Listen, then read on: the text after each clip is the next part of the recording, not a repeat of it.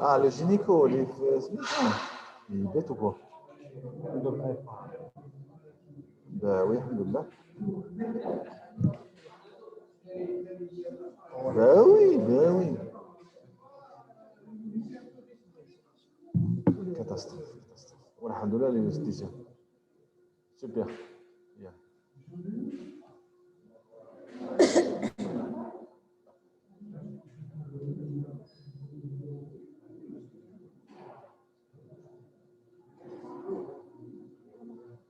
واخا دكتور بالنسبه للانسيسه اللي مشكوك فيها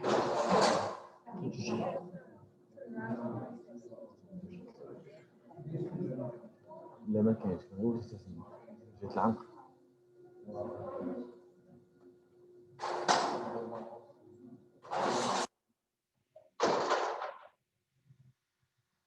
المعنى بغات نسالي مليح استطاعت لك انت وعمرك ما جيت عندنا ولد كتجي وهذا المعنى غير تنحي فيها يمين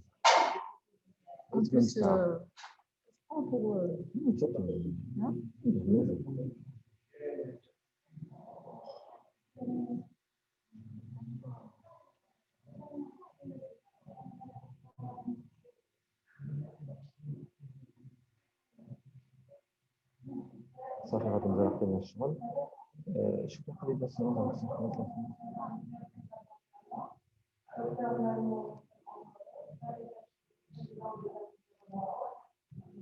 شنو بغيتي؟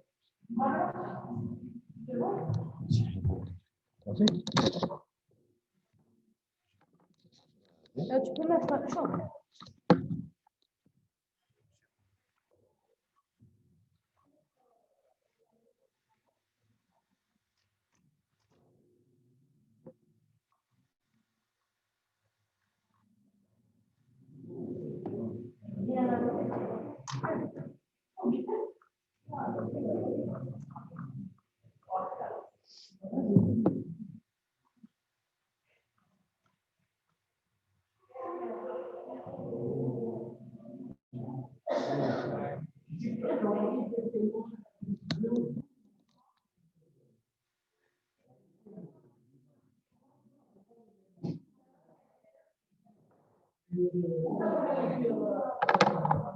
يعني ماشي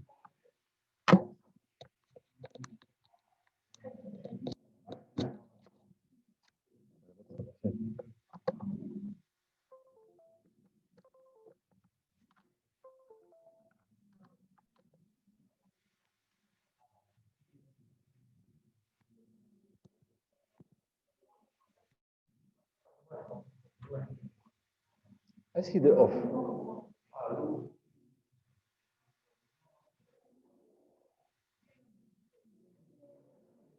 ولا الآن؟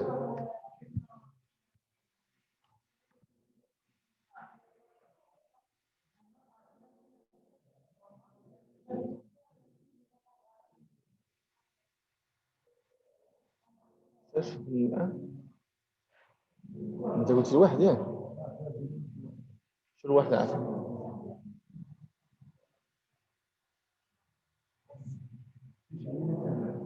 ما شالش؟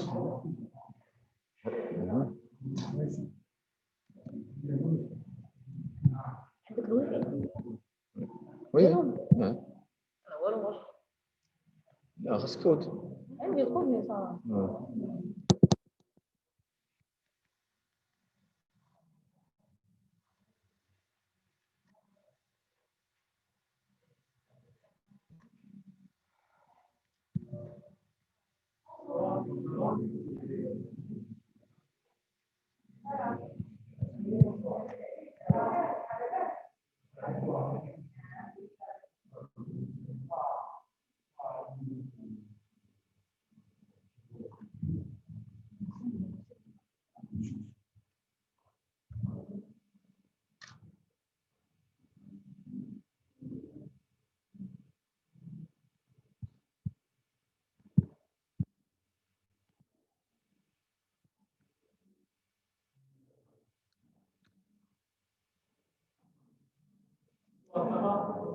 شوف باش تتاكد بانه يمكن ديري هو المشكل دير هذا هنا. يمكن يكون ديري هو المشكل. انا خدمت به البارح جربنا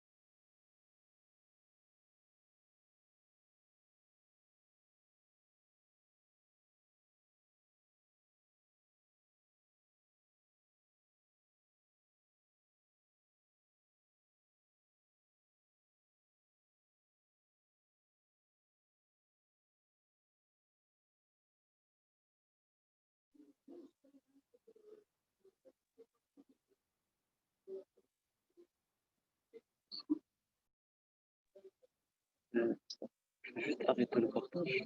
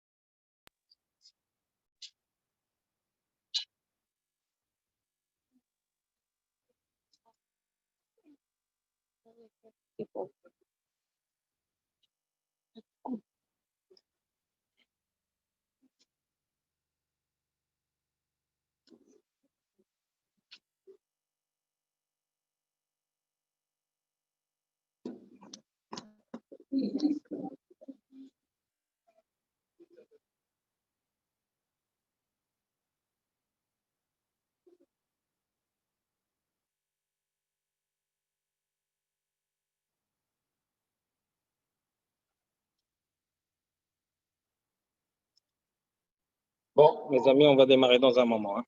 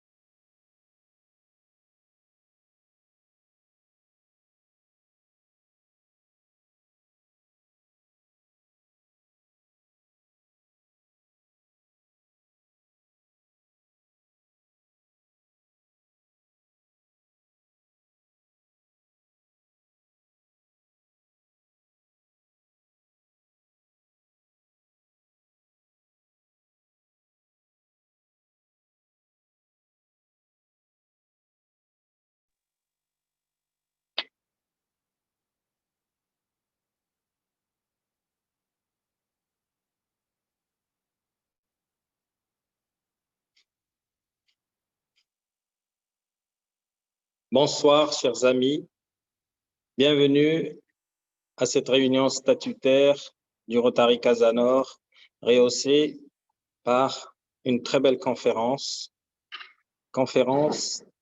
qui sera animée par nos amis, le docteur Naoufel Mamou, médecin cancérologue, et mon ami Lalla Latifa Shrif, présidente de l'association Les Amis du Ruban Rose. Je vous demande, s'il vous plaît, de les applaudir chaleureusement et de les accueillir parmi nous. Merci beaucoup, chers amis. Je voudrais aussi souhaiter la bienvenue à mon ami gouverneur Si Saïd Najjar, qui ne rate aucun de nos rendez-vous et qui rehausse avec sa touche particulière nos conférences et nos réunions. Merci, gouverneur, d'être parmi nous. Je souhaite aussi la bienvenue à notre ADG, notre adjoint du gouverneur, mon ami le docteur Salah Dreamer, qui souvent est parmi nous. Merci d'être là aussi.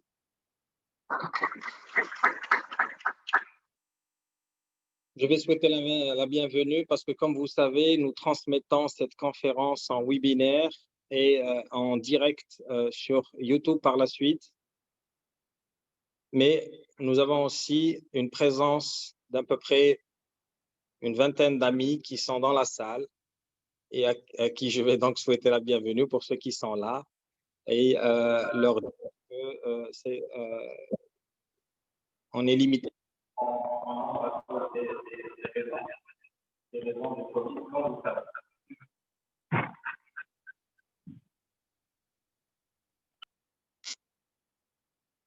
Alors, je voudrais aussi souhaiter la bienvenue à la Maria Al-Qaisi, qui est secrétaire générale, je crois, de l'association Ruban Rose et qui nous fait le plaisir d'être parmi nous. À Madame Shaymaz Mourtari du Ruban Rose aussi, merci d'être parmi nous. À Madame Mariam Tarfa, qui nous fait le plaisir. C'est vous la secrétaire générale? Non, c'est elle, ok. Merci d'être parmi nous. À l'épouse de notre membre Lionel, ma chère amie Virginie, qui nous fait toujours le plaisir d'être parmi nous. À Madame Cravate, qui nous fait aussi le plaisir d'être parmi nous. Merci. Je voudrais aussi souhaiter la bienvenue à mon amie, Madame Françoise Micot, l'épouse de notre vaste gouverneur, mon ami Ahmed Micot.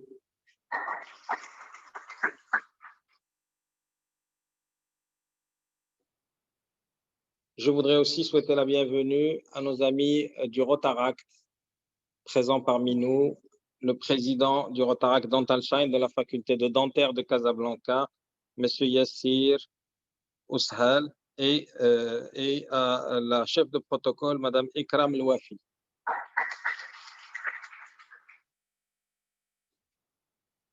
J'espère ne avoir oublié personne. Peut-être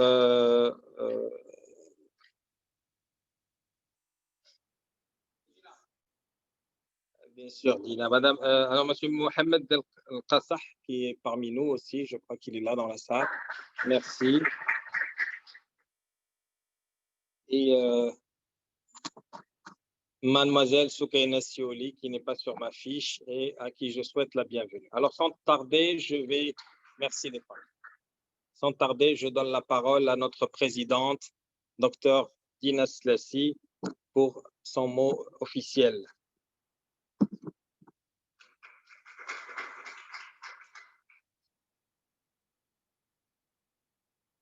Merci, cher protocole. Bonsoir à toutes et à tous. Bonsoir à nos deux conférenciers. Merci d'avoir accepté notre invitation pour célébrer une journée qui est importante. En fait, il ne s'agit pas que d'une seule journée, il s'agit d'un mois en entier, au cours duquel, même si ce mois n'est pas suffisant, puisque toute l'année, il faut se battre contre le cancer en général et le cancer du sein en particulier, mais en tout cas, ne serait-ce que pendant ce mois-ci, que l'on intensifie la sensibilisation, que l'on fasse un peu plus de dépistage pour essayer de contrecarrer ce fléau grandissant qui ronge nos femmes, qui ronge nos mamans, qui ronge nos filles et qui commence à prendre de plus en plus d'ampleur au Maroc. Donc, cancer du sein, c'est un mix de deux mots. Cancer, qui est un mot cinglant, une claque que reçoit la dame à l'annonce de cette maladie. Et bien sûr le sein, qui est l'organe de la féminité, l'organe de la sensualité, mais aussi l'organe de la maternité, puisque c'est le sein nourricier. Et donc, cancer du sein veut dire une maladie qui va toucher la femme dans sa féminité, qui va toucher la femme dans son entité en tant qu'être humain, mais aussi en tant que femme, épouse, mère, etc.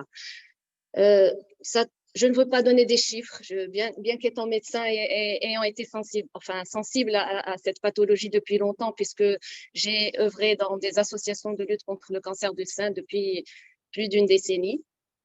Je ne donnerai qu'un seul chiffre, 36% de femmes qui sont touchées au Maroc. Ça fait vraiment plus d'une femme sur 3. Donc, c'est pour dire à quel point nous sommes vraiment toutes et tous forcément concernés par cette pathologie.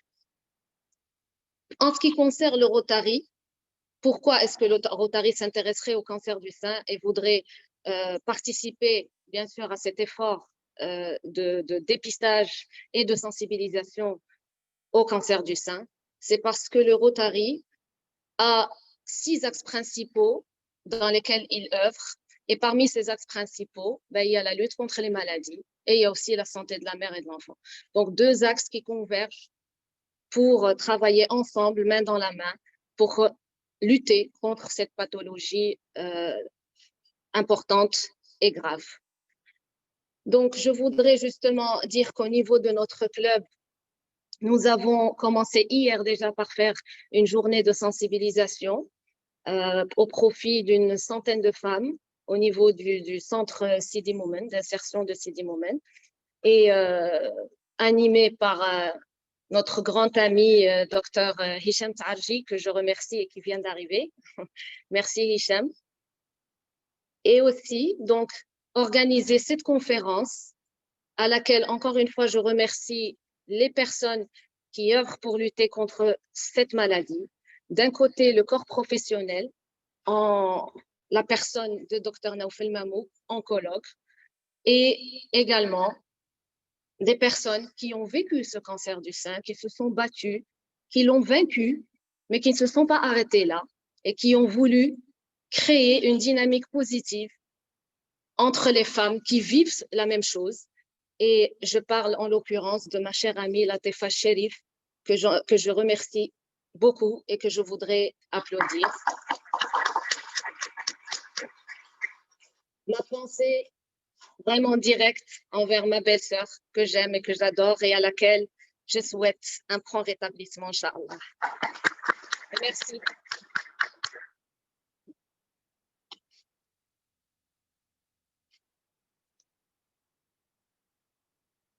Merci, Présidente, pour ce mot sincère et plein de vérité. Je vais faire un petit complément de protocole en souhaitant la bienvenue à Dr Hicham Belabbas Tarji, gynécologue et beau-frère.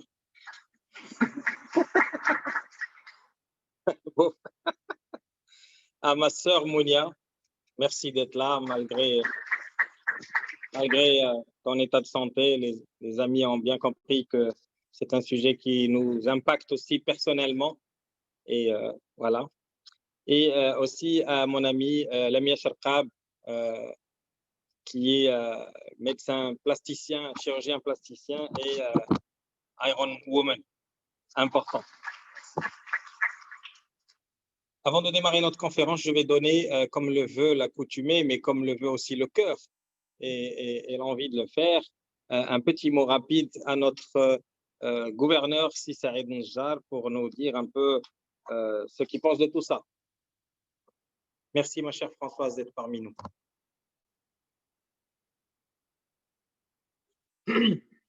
Merci. Merci Younes. Tu le sais, je ne peux rien te refuser. Et tu sais de quelle réunion je sors, puisque tout à l'heure, nous étions en réunion avec l'OMS, justement, dans les actions que le Rotary mène. Mais avant de parler de ça, je voudrais encore une fois féliciter Dina, notre présidente de ce merveilleux club. Et j'ai remarqué que depuis que tu as pris ton témoin de présidente, tu ne cesses de nous épater, de nous attirer, et de nous impliquer dans des sujets aussi sensibles que celui de la sensibilisation du cancer au sein. Et croyez-moi, l'action que vous êtes en train de mener, non seulement elle est importante, tout à l'heure tu as annoncé un chiffre, sachant pertinemment que le cancer du sein est un des cancers les plus importants parmi tous les cancers que nous connaissons à travers le monde.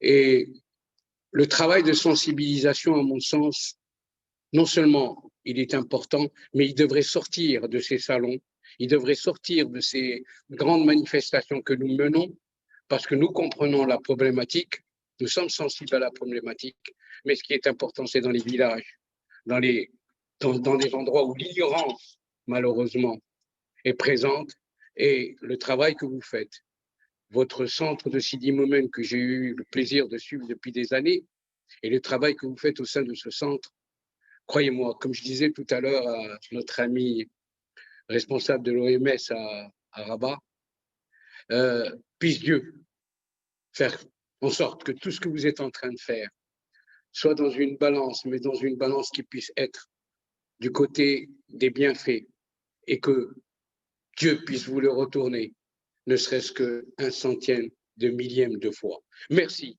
pour ce que vous faites pour ces gens. Merci pour ce que vous faites pour le Rotary. Et au nom de tous les Rotariens de notre district, je te félicite.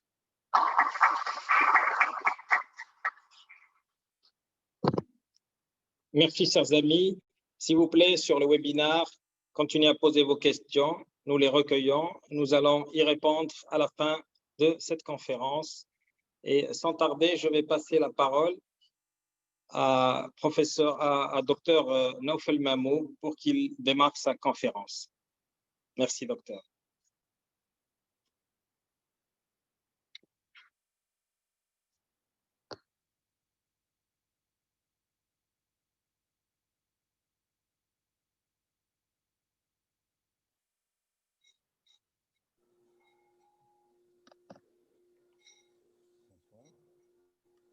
Micro.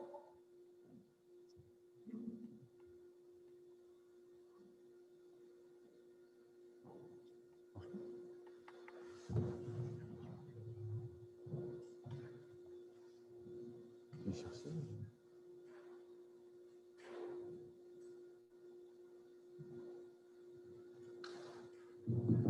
Parfait. Bonsoir. Très heureux pour le rôle mois du cancer du sein.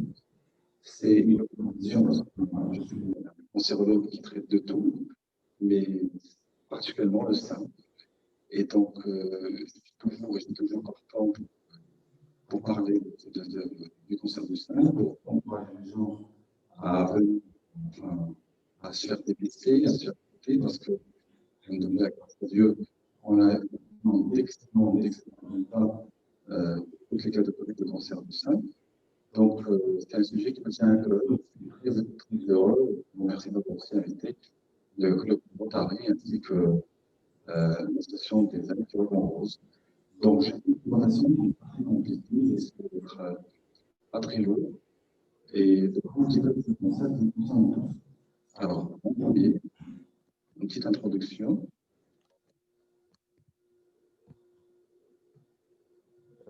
Comme l'a dit le Dr Stassi, c'est le cancer le plus fréquent chez la femme dans le monde.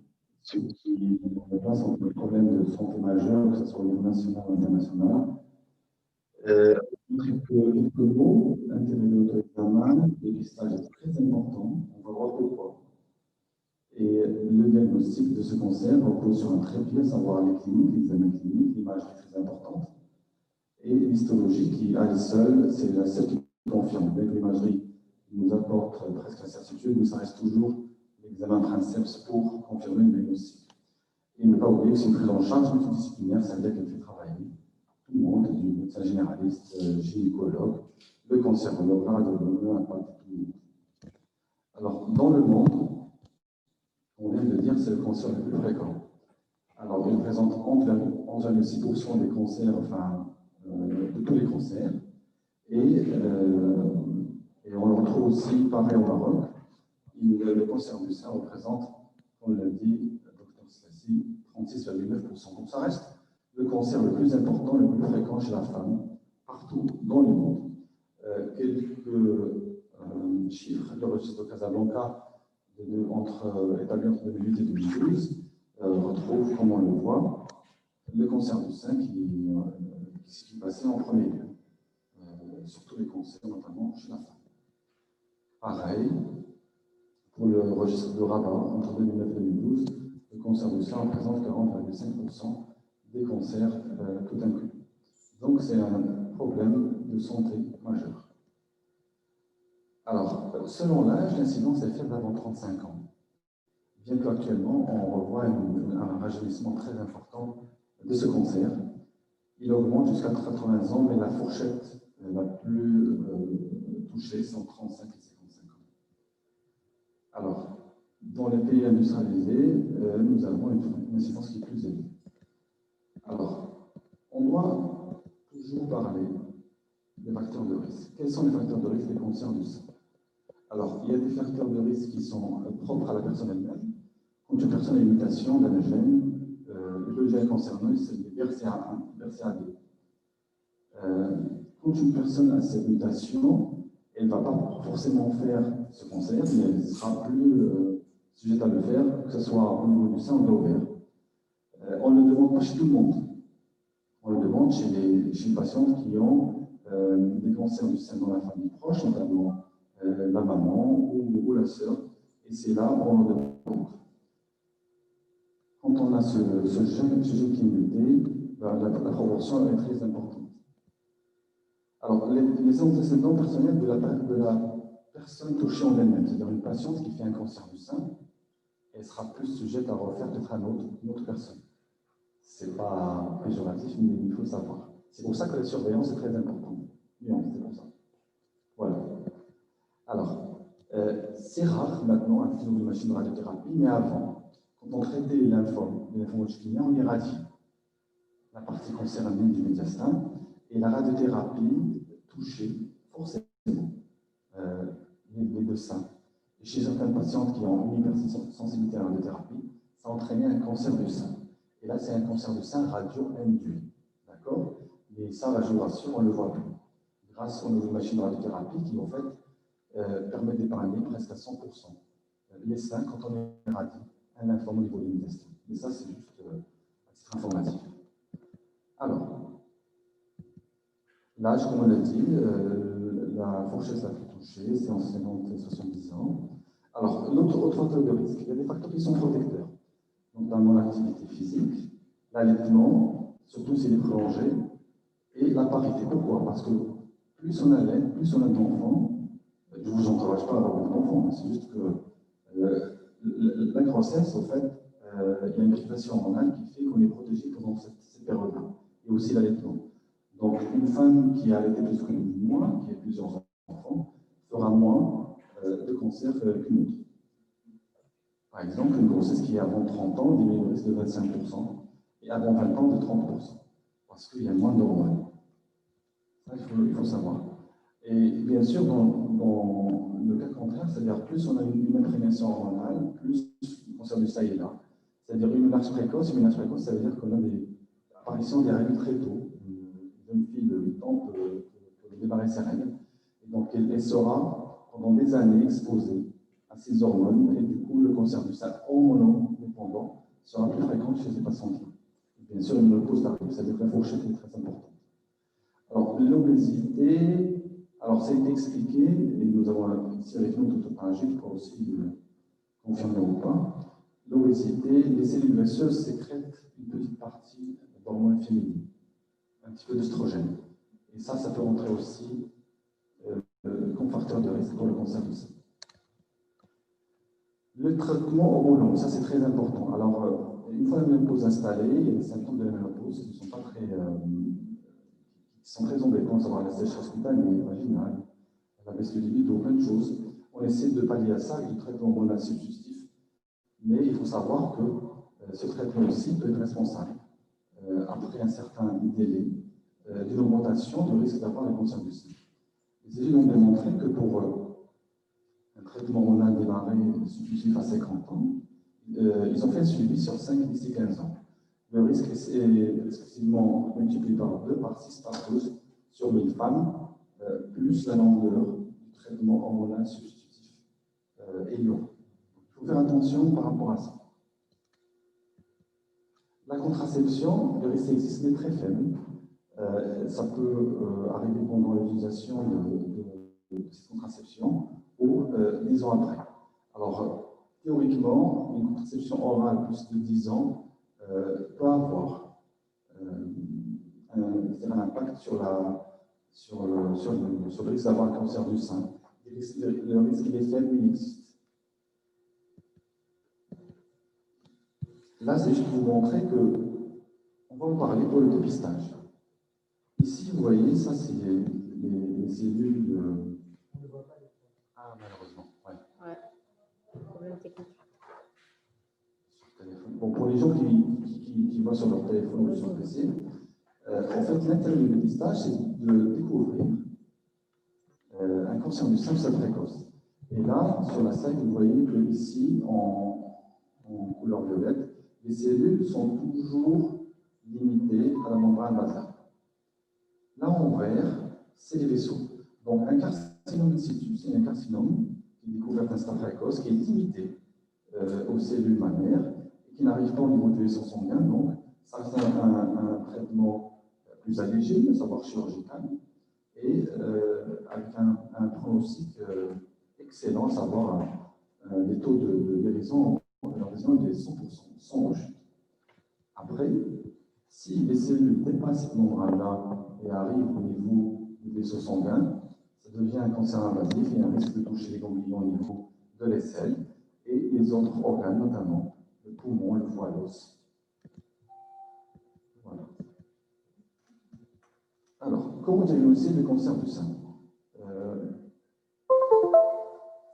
Il y a des formes qui sont asymptomatiques, et d'où l'intérêt du dépistage, c'est qu'on aimerait bien qu'on découvre le cancer du sein en même temps le palpe. Parce que si on le palpe, ça veut dire qu'on est arrivé à une taille qui nous permet de palper, du coup, le cancer est plus gros. Alors, les symptômes en général du cancer du sein n'est pas douloureux. Il est vraiment douloureux quand on arrive à des tailles qui sont très importantes. C'est pour ça que c'est assez sournois. Le dépistage, on va en parler parce que c'est très très important. Le dépistage, voilà, comme je vous ai dit, c'est de pouvoir découvrir des cancers du sein à un stade précoce, asymptomatique. Ça donne un meilleur pronostic, ça diminue la lourdeur du traitement, ça nous permet souvent d'éviter une chimiothérapie et juste nous contenter d'une chirurgie et d'un autre traitement local qui est la radiothérapie. Ça donne une tranquille d'esprit pour les patients qui ont ce test qui est négatif, on le refait tous les 2 ans. Ça diminue le coût des 2 euros de traitement parce que quand on enlève une chimiothérapie, ça permet de faire gagner pas mal d'argent qu'on pourrait investir ailleurs. Et ça permet surtout de diminuer la mortalité parce que ça reste de très bons pronostics. Quelles sont les recommandations pour un dépistage? Alors, il faut le faire, il est réalisé en l'absence de signes cliniques. Donc, la patiente peut s'autopalper ou son médecin généraliste peut le faire sans gynéco. C'est une mammographie bilatérale, en 2 incidences, double lecture, et ça se fait tous les 2 ans. Alors, avant c'était à 50 ans, maintenant on a tendance à diminuer et à demander ces dépistages par mammographie plus tôt, à l'âge de 45 ans.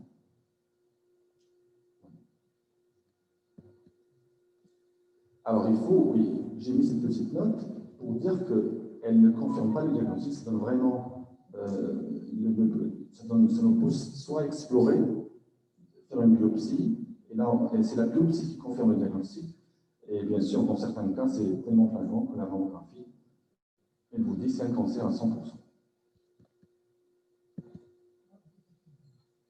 Alors, ça peut être douloureux quand on a un volume qui est très important. On peut avoir des modifications cutanées, à savoir une inflammation, une peau d'orange. On peut avoir le mamelon qui coule, à savoir des sérosités ou bien du sang. On peut parfois ne pas avoir de nouveau au niveau du sang lui-même, mais plutôt des ganglions au niveau axillaire. Et c'est un moyen de découvrir la maladie. Et malheureusement, il y a pas mal de patientes qui ne consultent pas, même après avoir palpé un douleur ou un autre niveau mammaire, et par peur d'avoir le diagnostic de cancer du sein, et les ganglions axillaires augmentent de taille, compriment les vaisseaux au niveau de l'aisselle et nous entraînent un gros bras. Donc, douleur, modification cutanée, ganglions, nodules, gros bras, tout ceci, c'est des symptômes qui permettent de diagnostiquer, de pousser à consulter pour le cancer du sein. On va passer ceci, donc pour retrouver des déformations cutanées, en peau d'orange, comme je l'ai dit.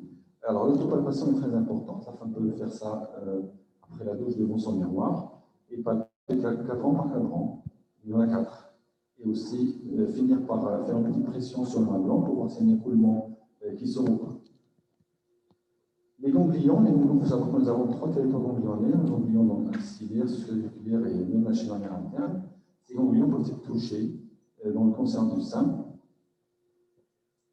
car le cancer du sein reste très lymphophile.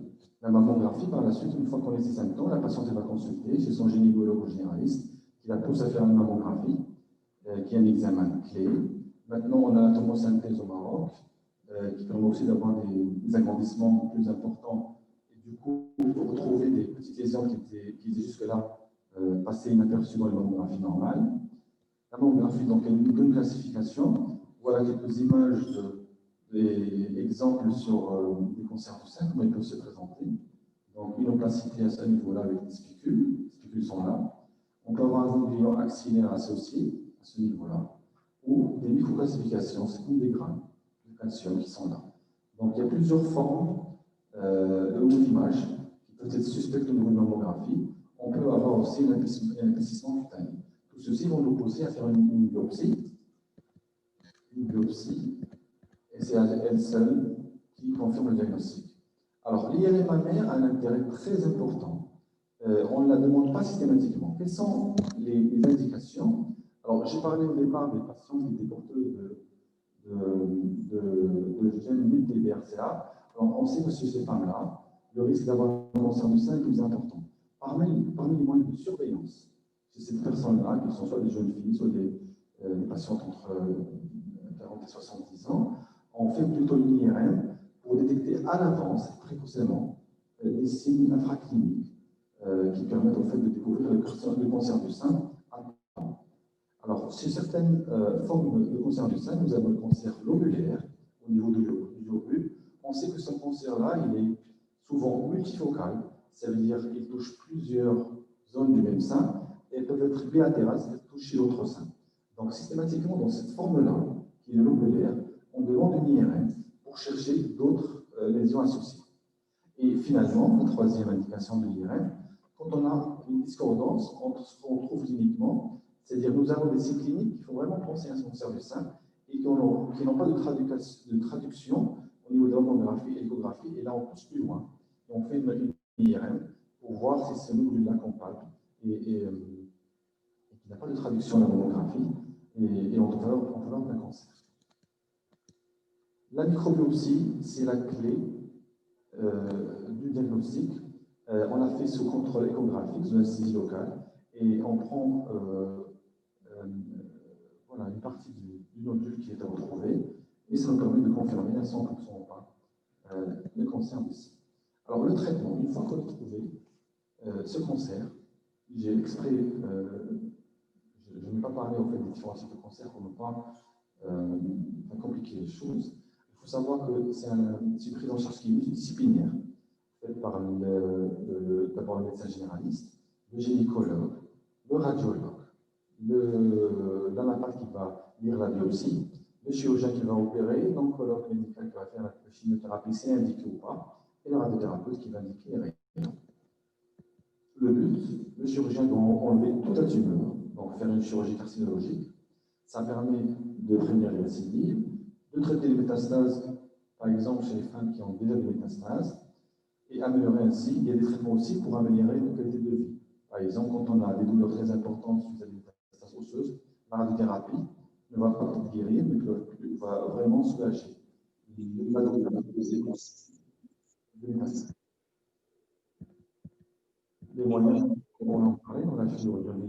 La chirurgie actuelle a tendance à à conserver au maximum, pas comme avant. On faisait beaucoup de mastectomie. Et on a compris qu'il ne faut pas faire une mastectomie, il ne faut pas enlever le sein chez tout le monde. Parce que, pour la simple raison qu'on avait beaucoup de risques sur la cicatrice opératoire, les patients qui n'avaient pas enlevé le sein, donc la mastectomie en elle-même n'est pas éviter la récidive de la chez tout le monde. Le traitement conservateur est de mise, dans la marche chirurgicale. Le traitement radical, quand on a une tumeur qui est très évoluée, sur un petit sein, un sein multifocale, là, on peut tout de suite proposer la patient de faire le sein parce que le risque de récidive est très important. Le curage est un qui permet de voir et d'explorer les selles et voir s'il y a des ganglions qui sont touchés. Actuellement, enfin, pas mal d'années, il y a des documents qui est le premier ganglion du côté du sein pendant l'opération. Si c'est touché en conjonction d'un curage axillaire, il y a des selles qui classiques. Si c'est pas touché, on a et à ce moment-là, on a un peu pour éviter le gros signe. La chirurgie, je sens qu'il faut pas, moi personnellement, j'encourage tous mes patients à faire la reconstruction parce que, comme l'a dit le docteur Dina, c'est que c'est un organe très féminin, enfin, qui marque la féminité, la sensualité. Aujourd'hui, ce n'est pas parce qu'on a fait une chirurgie conservatrice avec, on a enlevé une partie du sein qu'on ne peut pas reconstruire. Et aussi, quand on enlève tout le sein, on peut faire des prothèses, des reconstructions par lambeaux, et pour donner donc la forme d'un sein. Et c'est très important. Donc, la chirurgie de reconstruction s'est beaucoup développée, et personnellement, j'incite les femmes à se faire reconstruire les seins opérés. Alors, deuxième volet, la radiothérapie. La radiothérapie vient après la chirurgie pour traiter la partie du sein qui a été opérée. Ça nous permet d'éviter les rechutes. Elle a vraiment bénéficié du développement technique, ça permet d'éviter actuellement les organes sains à côté, avec de très bons résultats et une nombre de séquelles. La chimiothérapie, c'est le traitement invasif, c'est-à-dire qui passe par voie veineuse. On indique que c'est les patients qui ont des ganglions positifs, qui font évoluer. Son intérêt est soit de prévenir les rechutes, soit de traiter les métastases quand elles sont là. L'hormonothérapie, c'est une appellation que je trouve un petit peu aberrante parce qu'en fait, c'est contre les hormones. Quand on dit aux patientes, il ne faut plus avoir d'hormones, et à la fin, on leur dit vous allez avoir une hormonothérapie pendant 5 ans. Je dis, le docteur, on avait dit qu'il ne fallait pas d'hormones. En fait, c'est des hormones. Et qui sont donnés pendant une période de 5 ans chez les patientes qui présentent des récepteurs hormonaux positifs.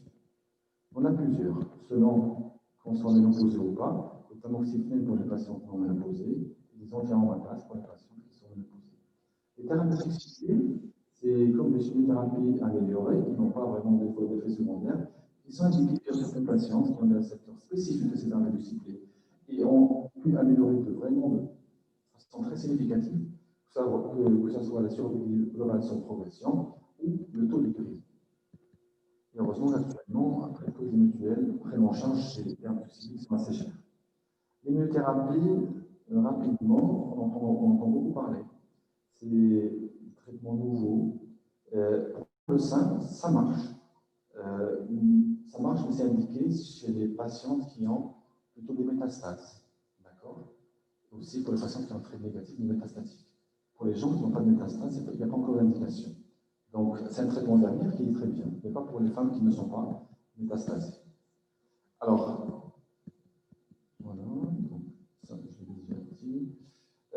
Pour ne pas être long, juste 2 slides sur le Covid-19. Malheureusement, cette pandémie mondiale nous a fait beaucoup de tort en matière de dépistage parce que les femmes se disent « moi, j'en sens rien, je ne vais pas aller m'aventurer à faire une mammographie alors que peut-être que les gens qui sont là-bas ont déjà le Covid ».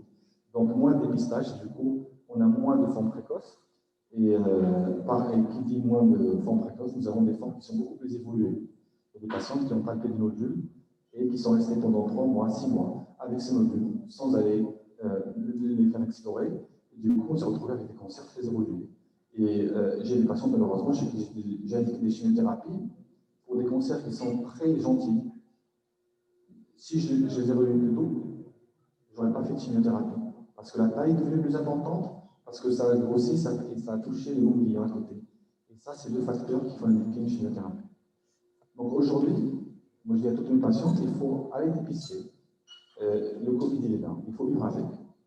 Et il faut surtout se faire dépister, se faire examiner, faire les mammographies nécessaires, les biopsies, se faire traiter, pour éviter qu'on tombe dans des cas très avérés. Ça, c'est juste les mesures générales qu'il faut prendre vraiment dans la vie de tous les jours pour éviter le Covid. Et comme je dis, il est toujours là. Et à mon avis, il faut vivre avec. Donc, dépistage, parce que ça donne vraiment le maximum de chances d'avoir le minimum de traitement, la meilleure efficacité et le pronostic le plus important, à savoir une guérison, Inch'Allah, à 100%. Voilà pour moi.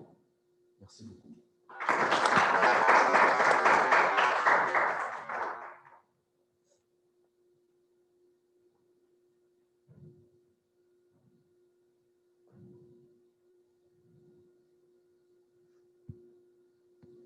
Merci. Merci, docteur Naufel Mamou. Merci. Merci pour votre brillant exposé, très clair et rempli d'enseignements. Je voudrais maintenant donner la parole à notre deuxième conférencière, mon amie Nana Pefa Sharif, qui est la présidente de l'association Les Amis du Ruban Rose. Bonsoir. Bonsoir vos amis européens, vos amis médecins, engagés, pour un certain soir, et un grand merci Active ton micro, Lana. Active ton micro. La technologie est morte, ça c'est bon. C'est bon? Donc merci Dr Dina Slassi, merci Younes Sayef pour l'invitation et pour me donner l'occasion de partager. Donc moi ça ne va pas être scientifique, ça ne va pas être médical, mais je vais vous parler de vie pendant le cancer, de vie après le cancer. Et donc je vais vous raconter brièvement ma vie, parce que si je vous raconte toute ma vie, demain on n'est pas encore là, et avec le couvre-feu, on ne pourra pas. Donc voilà, j'ai 57 ans, j'habite à Casablanca, j'ai été diagnostiquée d'un cancer du sein fin 2013, suite à une simple mammographie de dépistage, d'où l'importance de la mammographie, d'où l'importance du dépistage. Donc je suis allée faire une mammographie en novembre 2013. Les nouvelles n'étaient pas bonnes, entre guillemets. Biopsie le lendemain, le diagnostic est tombé 4 jours après, donc c'était un cancer. Ensuite, bon, j'ai dû garder silence quand même pendant 3-4 jours, le temps d'accepter le coup, le temps de recevoir la claque, le temps de digérer la nouvelle. Et ensuite, donc j'ai dû l'annoncer d'abord à ma nièce qui vivait avec moi à ce moment-là à Casablanca et comme elle faisait des études de psychologie à l'époque, donc c'est elle qui a géré l'annonce à la famille. Bien évidemment, une femme, quand elle apprend qu'elle a un cancer, elle pense tout de suite et automatiquement à ses enfants et elle se pose la première question: si je meurs, que deviennent mes enfants? Je me suis posé la question, mais je me suis tout de suite ressaisie parce que je savais que j'étais bien entourée et j'avais foi en Dieu et j'avais confiance en moi. J'avais confiance en moi parce que j'ai eu l'intelligence d'aller au fond de moi-même et d'aller chercher cette force que nous avons toutes et tous. Nous avons tous et toutes la même force, il suffit d'avoir l'intelligence d'aller la chercher au fond de soi. Donc je suis allée la chercher au fond de moi, je me suis recueillie un petit peu, j'ai médité un petit peu et j'ai mis du temps à décider de qui allait m'opérer, j'ai mis du temps à décider de où me faire soigner. J'avais l'opportunité de pouvoir le faire à Montpellier en France, bref, beaucoup d'occasions se présentaient à moi, mais j'ai opté pour le Maroc parce que je savais, et j'en suis persuadée maintenant, que nous avons de très bons médecins au Maroc, aussi bien gynécologues que chirurgiens que oncologues, que radiothérapeutes, toutes spécialités. Nous avons aussi, nous pouvons en être fiers, nous avons de bons médecins chez nous. Donc la bataille a commencé, j'ai été opérée donc d'un cadran, ce qu'on appelle le cadran, donc juste la tumérectomie par un chirurgien, le 14 décembre 2013. Suite à ça, j'ai eu le plaisir et le bonheur de rencontrer Dr Mamou. J'ai choisi de me faire suivre par Dr Mamou pour mes traitements oncologiques. Donc, nous avons démarré la chimiothérapie le 7 janvier. J'ai eu 6 cures, 6 séances, suivies de la radiothérapie, 25 séances, plus le boost, qu'on appelle le boost, 8 séances, donc 33 séances de radiothérapie. Et j'ai tout terminé au mois de juillet, et ça tombait bien, c'était mon anniversaire. Alors, ce beau jour de la fin de mes traitements, je ne l'oublierai jamais parce que quand je suis rentrée à la maison, j'ai trouvé une énorme banderole, et à chaque fois que j'espère que je ne vais pas pleurer ce soir, j'ai trouvé une énorme banderole que ma fille avait préparée avec ma nièce. Ma fille à l'époque n'avait que 10 ans, et nous vivons que toutes les deux, elle et moi. Ma fille a été une arme phénoménale pendant mon combat. Elle m'a donné la force, c'est elle qui m'a donné la force de sortir du lit à chaque fois que je me sentais faible. Elle m'a donné la force de me retrouver debout, même si j'étais à genoux de temps en temps. Et voilà, donc c'est pour vous dire que des fois, quand on dit que les enfants changent la vie, ben les enfants changent la vie. Même sans la maladie, les enfants changent la vie, ils nous donnent un but, ils nous donnent un objectif dans la vie. Et c'est heureusement qu'ils sont là. Donc ce fameux jour de juillet 2014, il y avait une grande banderole à la maison avec des rubans roses. Et là, l'idée du rose trottait dans ma tête. Et elle avait écrit « Bravo, Madame Chérie, vous êtes arrivée première à la compétition ». J'en ai pleuré, on s'est pris dans les bras avec ma fille et ma nièce. Et je savais que c'était gagné. J'avais compris ce jour-là que tout était derrière. Alors pendant mes attentes à la radiothérapie dans la salle, je voyais des femmes déprimées, totalement déprimées. Je me suis dit c'est pas possible, on ne peut pas être dans un bad mood comme ça pendant les traitements, puisque moi-même le moral m'a beaucoup aidé, mon bon moral m'a beaucoup aidé, le fait de bouger, de faire un petit peu de sport malgré les traitements, malgré la fatigue, malgré ce corps qui avait pris un coup, parce que le corps prend un coup, hein, physiquement. On prend un coup, sans parler du côté moral. Le mien, moi c'était juste moral. Moral allait bien, le physique, bon, de temps en temps, ça n'allait pas, mais bon, le moral tirait le physique. Et donc, pendant ces attentes, je me disais, la PFA, le jour où tu t'en sortiras, ben, il faudra faire quelque chose pour ces femmes. Et puis j'en parlais avec Dr Mamou de temps en temps, puisque suite à la maladie, une énorme histoire d'amitié s'est créée comme ça, parce que bon, il y a eu des affinités, il y a eu, on s'est super bien entendu dès le départ. Et quand je me suis bien entendue avec lui, ben, j'ai compris que j'allais gagner ma bataille. Pourquoi? Parce que la bataille du cancer, c'est un binôme, ça se joue à deux. C'est le médecin et le patient. La famille est là, les amis sont là, mais si la patiente ou le patient n'ont pas confiance en leur médecin, autant changer de médecin tout de suite, parce que ça ne le fera pas. Donc j'en parlais avec lui, et puis il m'a appelé 2 ou 3 fois, je pense, pour que je rencontre des patientes qui venaient de recevoir. Donc c'était des femmes qui étaient nouvellement diagnostiquées, et puis il m'appelait, il me disait, la Stéphane, j'aimerais vraiment que tu rencontres une femme parce qu'elle a besoin d'être boostée, et je voudrais vraiment que tu la contamines par ta bonne humeur, par tes ondes positives, etc. Et donc c'est comme ça que l'histoire a démarré. Première patiente, deuxième patiente, troisième patiente. Et puis un matin, je me mets sur Facebook, je suis très facebookien, mais pas du tout Instagram, désolé, pour les gens modernes. Et donc je regarde sur Facebook, Grand Marathon de Casablanca, c'était en 2015.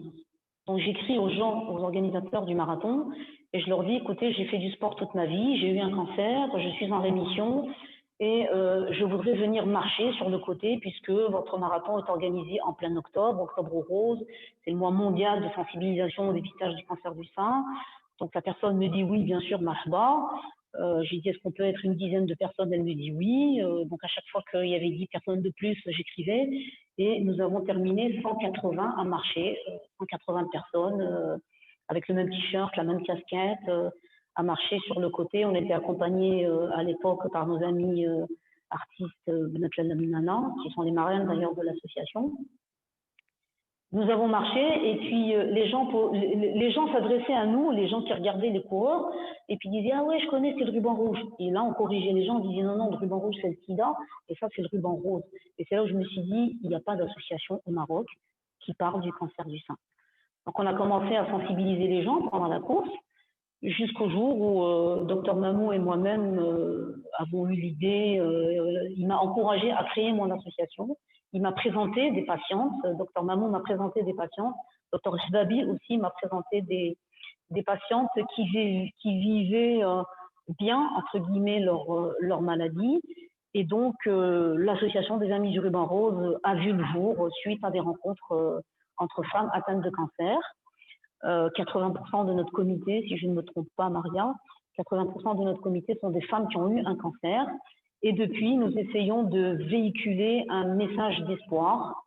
Nous offrons à nos guerrières différentes activités, donc tout ce qui est bien-être. Donc, on a des ateliers esthétiques, tout ce qui est méditation. Donc, on a opté pour tout ce qui est psycho-énergétique, parce que la psycho-énergétique aide beaucoup, donc le yoga, le reiki, les méthodes chakra, la méditation, tout ça, ça aide beaucoup les femmes.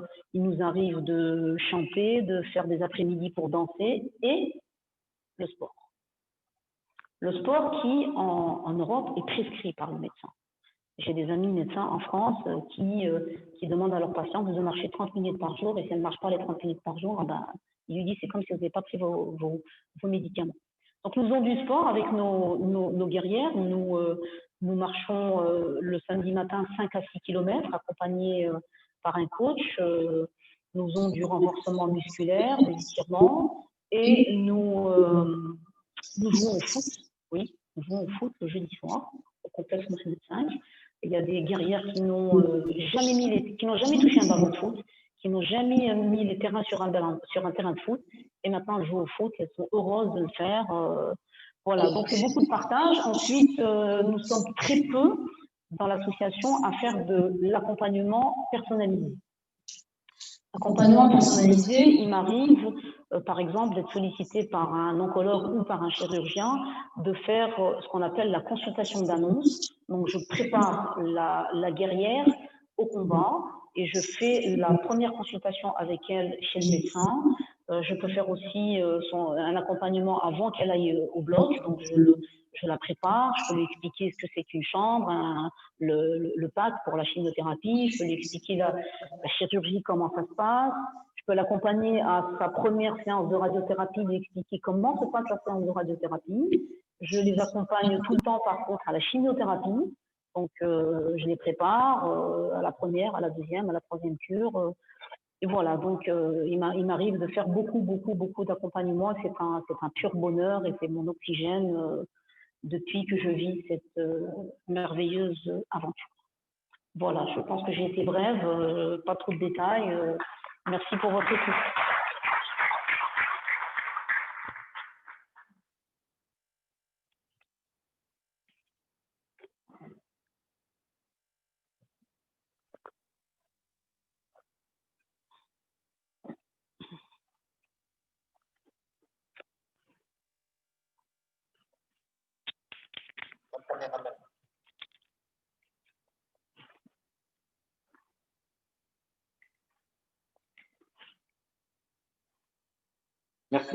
Merci beaucoup, ma chère amie Lalla Latifa, pour ce témoignage de cœur.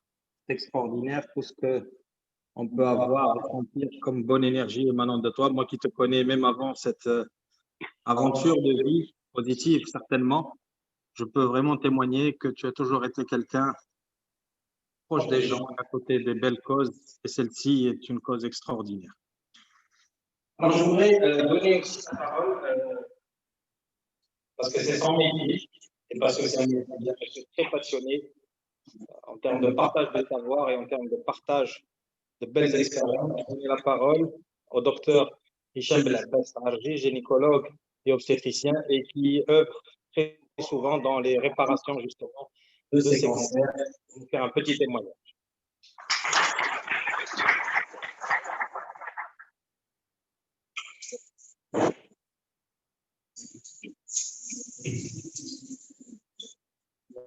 C'était pas prévu, mais c'était pas prévu, mais avec plaisir. C'était pas prévu, ce que j'ai dit hier.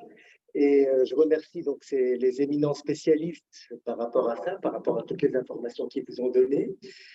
Moi, j'insisterai surtout sur un dépistage parce que je suis gynécologue, je suis l'un des premiers maillons qui fait le diagnostic. Comme a dit Dr Mamou, la prise en charge du cancer du sein, c'est multidisciplinaire. C'est le généraliste, le gynéco, l'oncologue, l'anapathe, le radiologue, beaucoup de choses. Et on discute entre nous. Mais un des mots que je veux que vous reteniez ce soir, pour moi, c'est l'espoir.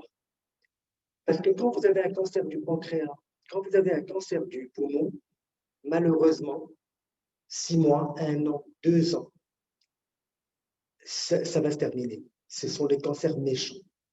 Alors que le cancer du sein, c'est un cancer traitable. On peut même utiliser le terme de guérison. Je ne sais pas si tu vas me contredire, mais on peut même utiliser le terme de guérison pour cette maladie. Et c'est génial. D'ailleurs, j'ai un cas particulier. Ma femme, quand elle était toute choquée du diagnostic du cancer et tout, je lui ai dit, écoute, regarde, j'ai écrit un bouquin, et je lui ai dit justement, le premier mot que je voulais qu'elle retienne, c'est espoir. Pour moi, il y a un espoir de guérison dans le cancer du sein, et je ne vous mens pas, mesdames et messieurs. Quand vous avez 98% de survie à 10 ans, ben moi, je signe dès maintenant si on me garantit que dans 10 ans, je reste vivant encore, que je passerai aussi le Covid. Donc, et cet espoir, il vient d'où? Il vient du diagnostic précoce. Parce que diagnostiquer, grâce à la mammographie, grâce à la palpation des seins, une petite tumeur qui fait moins de 1 cm, qui est infraclinique, eh ben, ça vous change la vie. Premièrement, ça permet de garder le sein. Ça permet de garder le sein. On n'a pas forcément besoin de faire une mastectomie, enlever le sein, qui est déjà très psychologiquement dur. C'est dur psychologiquement, parce que le sein, c'est le symbole de la féminité de la femme. Une femme sans sein, elle se sent plus femme. Et donc, un traitement, un diagnostic précoce permet d'abord de conserver le sein. Deuxièmement, permet de traiter la maladie avant qu'elle ne se dissémine. Et comme a dit, donc c'est important de faire un diagnostic précoce et même un dépistage. Et c'est pour ça que c'est systématiquement à partir de 50 ans en Europe, toute femme, mais qui ne se plaint de rien, c'est pas parce qu'elle a un nodule, c'est pas parce qu'elle a quelque chose qu'elle va consulter. Non, il y a un programme de dépistage. Du moment que vous avez 50 ans, vous devez faire une mammographie tous les 2 ans. Et c'est ça qui permet le diagnostic précoce, le dépistage. Il y a l'autopalpation des seins, bien sûr. L'autopalpation des seins, j'étais très réticent avant, j'avais fait ma thèse il y a 20 ans dessus, parce que c'est un peu anxiogène. Mais en fait, ça permet, et on est revenu dessus, ça permet à la femme d'avoir un repère, d'avoir une référence, de savoir comment est son sein normal. Comme ça, le jour où elle sent un nodule, elle sent quelque chose d'anormal, elle le palpe, parce qu'elle a été habituée à palper son sein tous les mois, juste après ses règles, 1 fois par mois. Donc, c'est important ce dépistage. Autopalpation des seins, mammographie systématique à partir de 50 ans. Au Maroc, c'est 45 ans, parce que l'épidémiologie qu'on a fait que on a pas mal de cancers chez la jeune femme, je dirais, à partir de 40 ans. Donc, on commence les mammographies systématiques à partir de 45 ans. Plutôt si on a un cancer familial, mais les cancers familiales, je vous assure, comme a dit Dr Mamou, ça reste que 5 à 10% des cas, ça reste rare. Les facteurs de risque du cancer, comme a cité Dr Mamou, la ménarche précoce, la ménopause tardive, c'est des facteurs de risque mineurs. C'est comme, je dirais, quel est votre risque d'accident quand vous allez à 120 à l'heure au lieu de 130 à l'heure sur autoroute? Facteur mineur.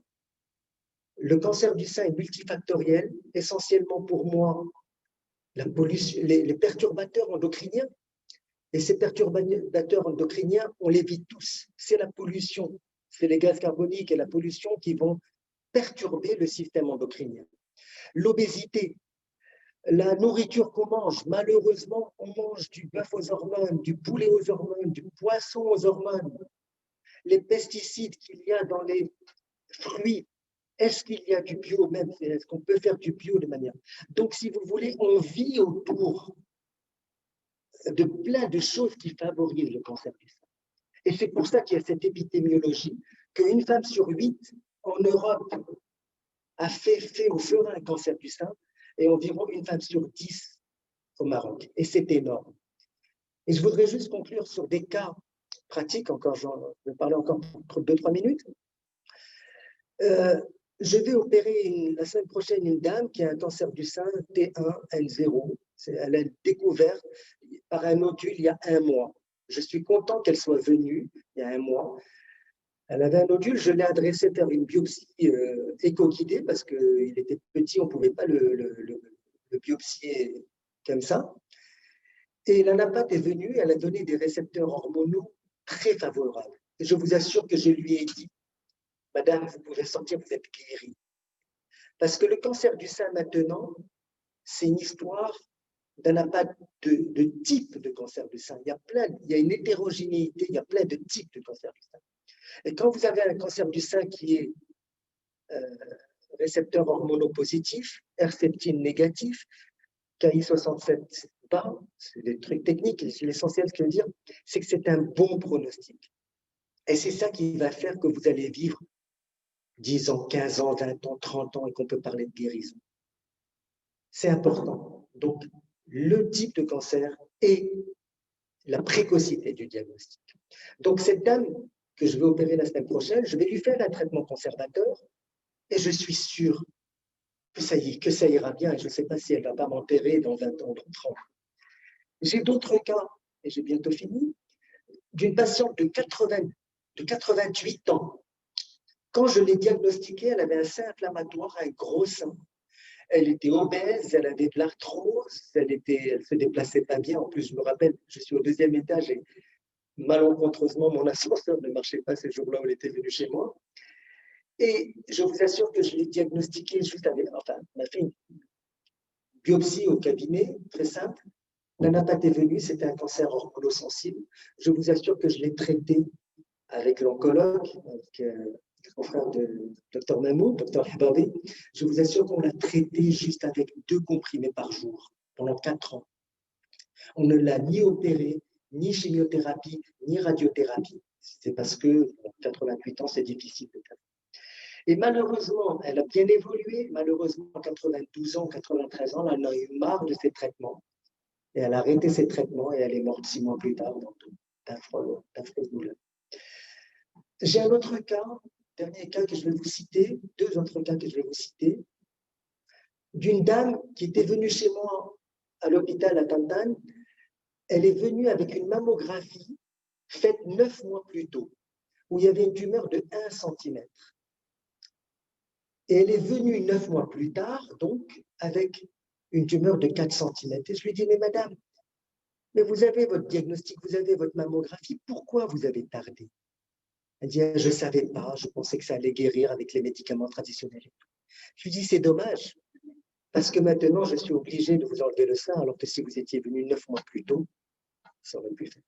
Dernier cas clinique que je vais vous dire, c'est une dame que j'ai vue en juillet, je pense, avec le Covid, qui est venue, qui avait une biopsie faite 1 an et 3 mois, faite avant. Elle avait une biopsie faite en avril 2018. Et je n'ai pas compris parce que le diagnostic était fait. Et elle a traîné, elle n'a pas voulu. Et elle m'a dit, les médecins qui se sont occupés de moi n'étaient pas bien, ils étaient très matérialistes, ils n'étaient pas compétents, ils m'ont fait peur. Et donc, elle a disparu.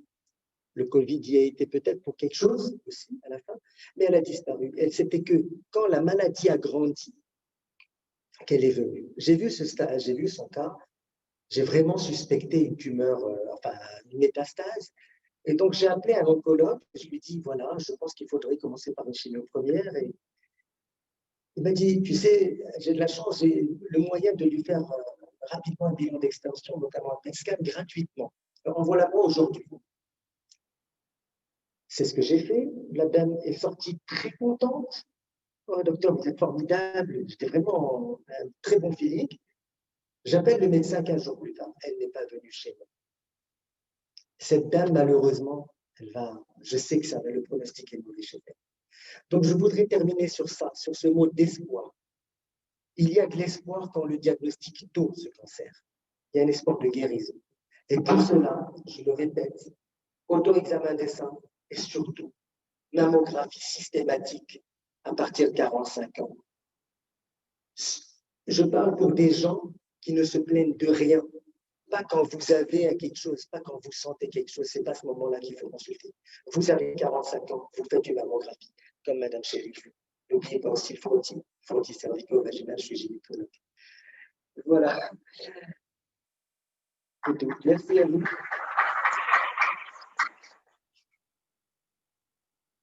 Excusez-moi, je voudrais rajouter.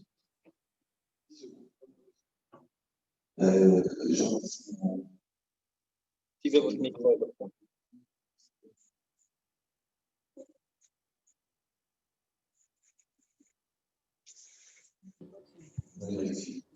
Bonjour, c'est mon collègue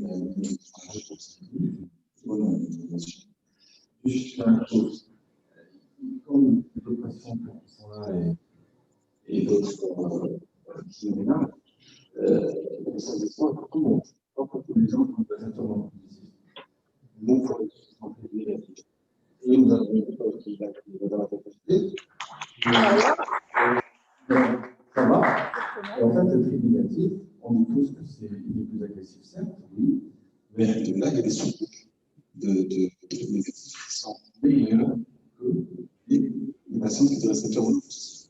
Donc, et en plus, la médecine a fait beaucoup trop de traitement de tri négatif. Donc, il y a des espoirs pour tout le monde, mais le tri négatif, il faut l'éviter. Voilà. Merci.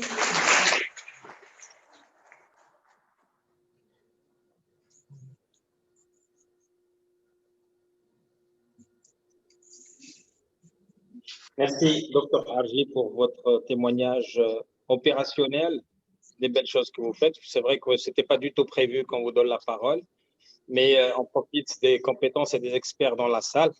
Je salue aussi le travail extraordinaire que fait Dr Lamia Sharqab en termes de chirurgie plastique, et elle fait des merveilles. Elle fait vraiment tarznaqa pour préparer des choses fabuleuses.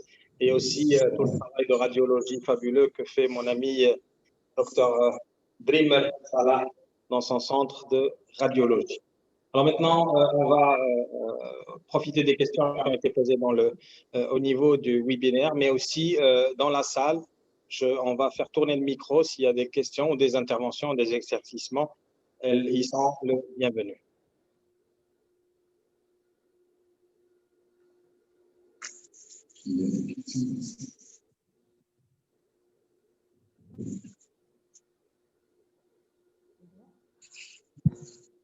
Si nous avons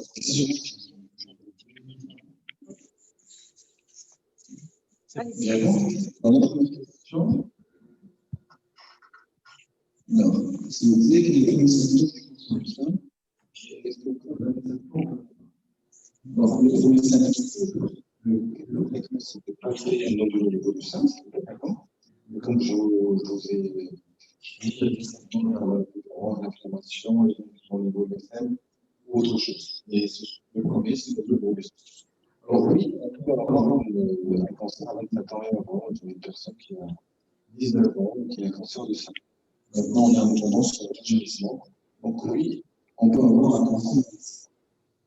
Bon, après, est-ce que les autres, après un cancer du sein, HLF2, quoi? Alors oui, non, c'est que la grossesse, on peut avoir un cancer de grossesse. Ça peut encourager que les troubles qui arrivent, ça peut encourager ça. C'est pas parce que la sueur de corps, parce que c'est voilà. Alors, le cas 65, ou l'autre, alors après, est-ce que les tissus mammaires surnuméraires sont plus susceptibles de développer un cancer? Non. Ils donnent pas plus de susceptibilité, mais par contre, une glande surnuméraire, oui, peut être touchée à elle seule du cancer du sein dans une façon, c'est un cancer au niveau du sein surnuméraire humain, qu'on retrouve au niveau axillaire le plus souvent, et son sein principal n'est pas touché. Alors, deux questions après. Et le taux de surmortalité par cancer du sein, finalement, de micro. Alors, moi, je ne sais pas. Parce Bon, vraiment des années après, ça maintenant. À quand la création du registre des cancers au niveau des régions du Nord pour voir la vraie part du cancer du sein et des autres. Bon, déjà, sur place, ça n'arrivera pas parce que c'est très intéressant, mais je voulais qu'en France, déjà, il y a encore de changer. C'est vrai, par ville, mais pas région. Donc, ça va pas.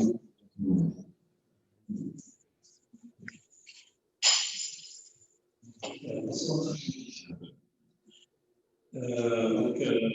Merci pour votre présentation.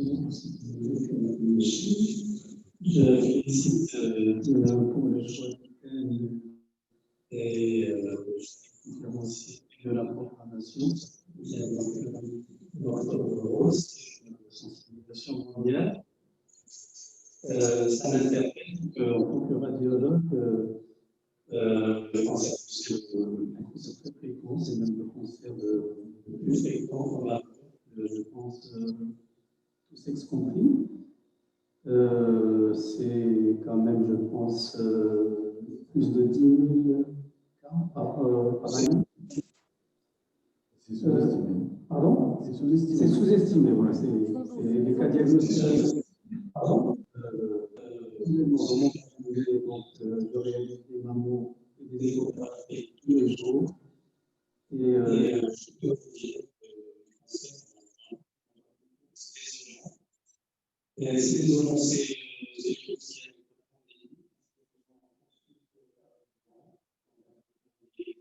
les stades avancés.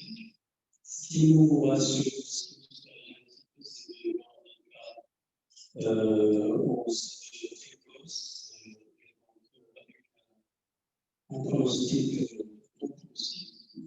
C'est justement le but de sensibilisation, et des concepts à stade de précoce, c'est-à-dire avec un assez et c'est avec aussi un traitement complètement agressif.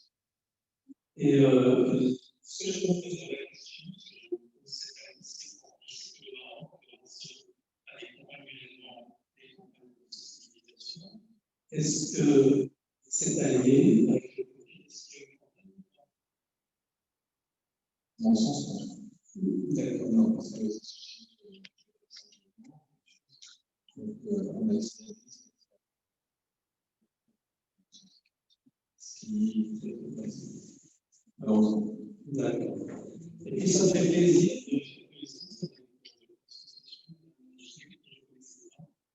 d'ailleurs, ça fait plaisir de voir avec cette association parce que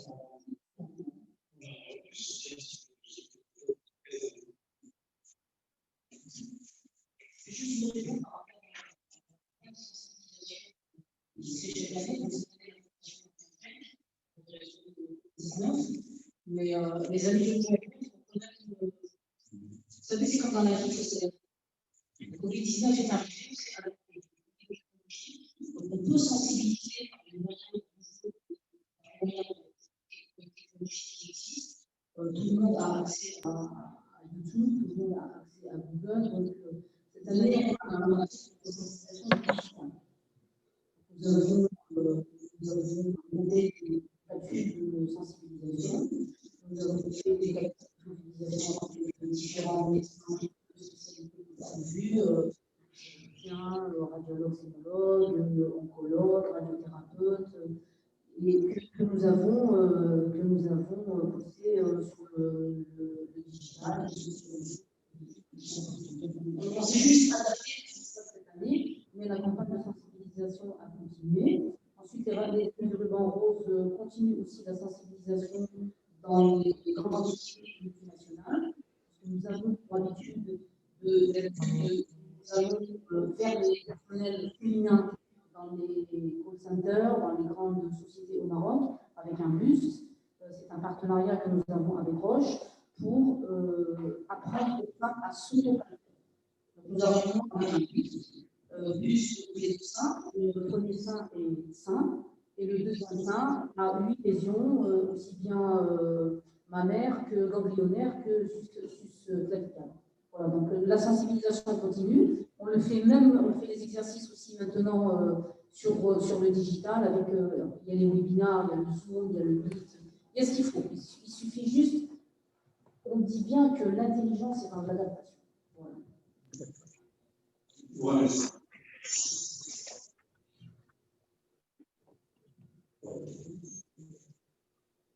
Bien, on parlait tout à l'heure du message. C'est bien, on parlait de digitalisation. Vous savez que moi, si vous partez 400 km dans une direction où il n'y a pas de parabole, il n'y a pas d'antenne pour pouvoir capter, alors, non, c'est deuxième chose qui est importante, à mon sens. Nous avons fait des études par rapport à des situations similaires et on s'est rendu compte que, je dirais sans exagérer, 50% des femmes marocaines sont d'origine berbère et elles parlent berbère. Comment arrivez-vous à leur faire passer le message? Alors, quand nous pouvons nous déplacer, puisque nous faisons des campagnes aussi dans le monde rural pour l'autopalpation, nous avons des berbères avec nous dans l'association. Donc, on peut parler aussi bien le tarifit que le tachrit, que le business, ça, c'est pas un problème. Nous avons des femmes qui viennent d'un peu partout. Je suis moi-même de l'oriental, donc je peux parler voilà. Donc, c'est pas un problème de langage. Le message arrive. Maintenant, malheureusement, avec la Covid, on ne peut plus se déplacer, on ne peut plus réunir des femmes, comme vous le savez. Donc, on attend que ça passe pour pouvoir repartir dans le rural vers toutes ces femmes avec notre camion. Hein. On arrive avec un camion, avec le bus, avec les médecins de la région. Voilà, donc des caravanes de sensibilisation à l'autopalpation. Après, nous participons. Ce n'est pas nous qui organisons. Nous participons à des vraies caravanes médicales avec des palpes mobiles, etc. Avec des mammographes mobiles. Mais là, ce sont des grandes structures et là, on fait appel carrément à la direction de la santé de cette région-là où nous déplaçons. Voilà.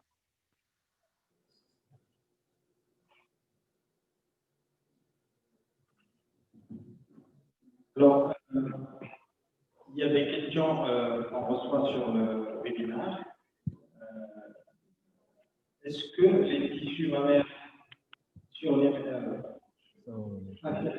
qui étaient posés, quel est le taux de surmortalité? Est-ce qu'un vaccin pour jeunes filles?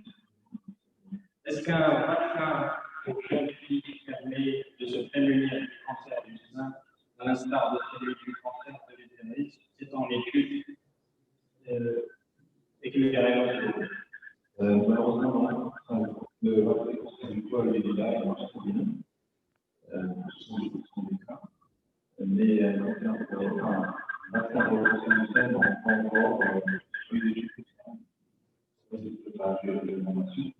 Mais moi, pas de vaccin pour l'instant.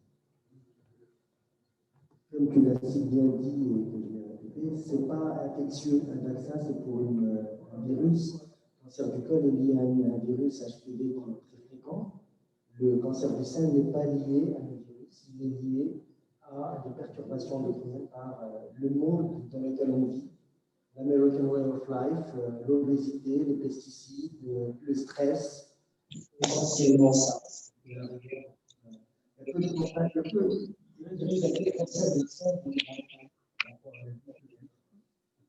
c'est l'évolution.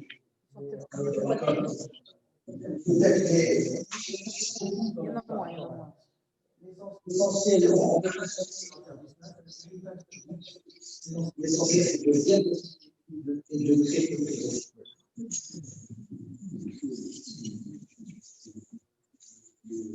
Juste une dernière aux campagnes de Serge.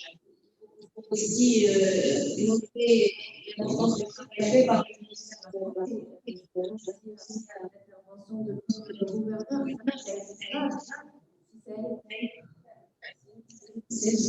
répondre aussi à ton intervention pour dire au niveau de l'évaluation, il y a un travail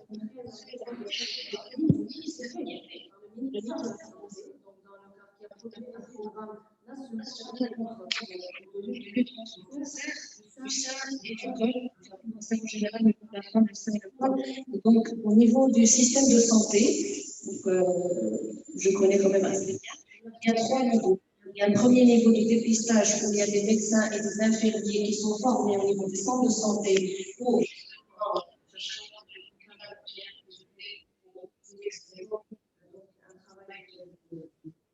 dépistage de palpation et aussi de proposition de frottis aussi. Il y a un deuxième niveau, ce sont des centres de référence qui vont passer bien sûr à des investigations un peu plus approfondies pour finir, si bien sûr ils trouvent quelque chose de pathologique au centre, comme le centre d'oncologie qu'on a à Casablanca, c'est les centres d'excellence qui sont dans les grandes villes malheureusement. Et le travail de base, maintenant, est censé se faire dans les structures de prévention qui appartiennent au ministère de la Santé, qu'on trouve aussi bien dans le rural que dans le plan.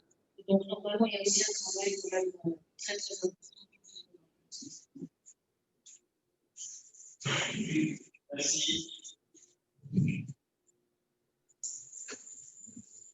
Merci, chers amis. Merci pour votre belle présence. Nous sommes tenus par un timing de couvre-feu, comme vous savez, et nous avons juste le temps de dîner. Je voudrais remercier donc nos éminents conférenciers, nos éminents intervenants pour leurs belles interventions et l'émotion qu'ils ont mis et la passion qu'ils mettent dans votre métier. Allah yakmal alaykoum bikhair. Le Rotary est là, il se positionne à votre aide quand ça sera nécessaire. J'aimerais aussi remercier mon ami Tariq Haddewi pour le travail technique et de soutenance qu'il a fait. Et c'est grâce à lui que ce webinaire se déroule très bien. Merci Tariq. On va passer à table pour dîner rapidement en respectant la distanciation. Et merci, bon appétit à tous. Et on arrête donc la transmission sur Zoom. Merci à les gens qui nous écoutent. À bientôt.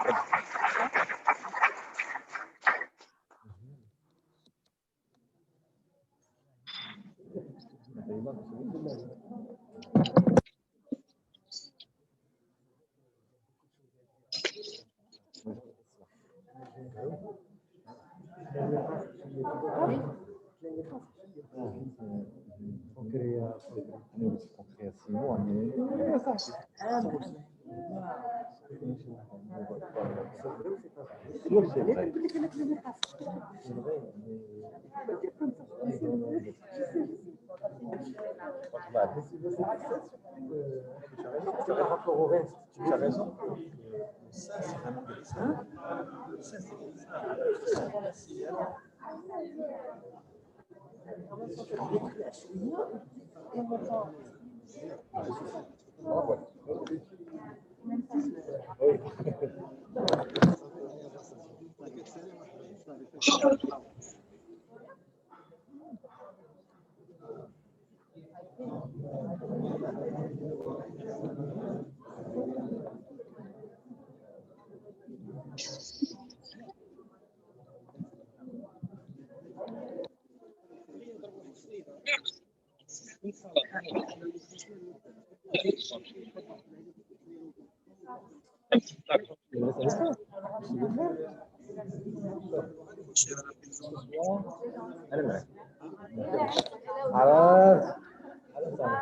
Allah يبقي mais ما quoi que ce soit Allah يبقي bon courage c'est une guerrière tu veux que je rate de Inch'Allah oh c'est bien ça va juste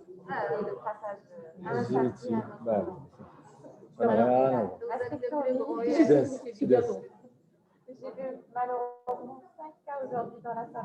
J'ai vu 5 cas avec des brûlures.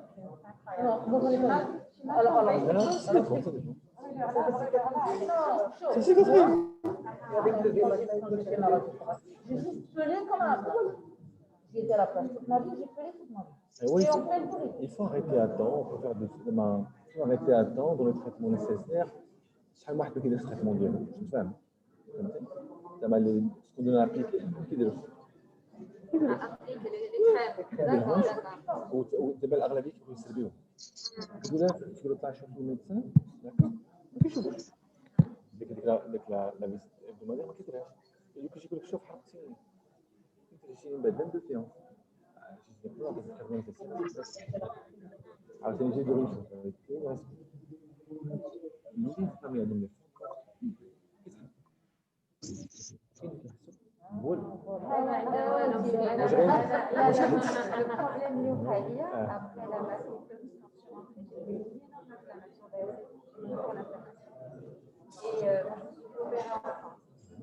Ça s'est très bien passé. Pendant 3 semaines, j'ai pris l'avion, je rentre.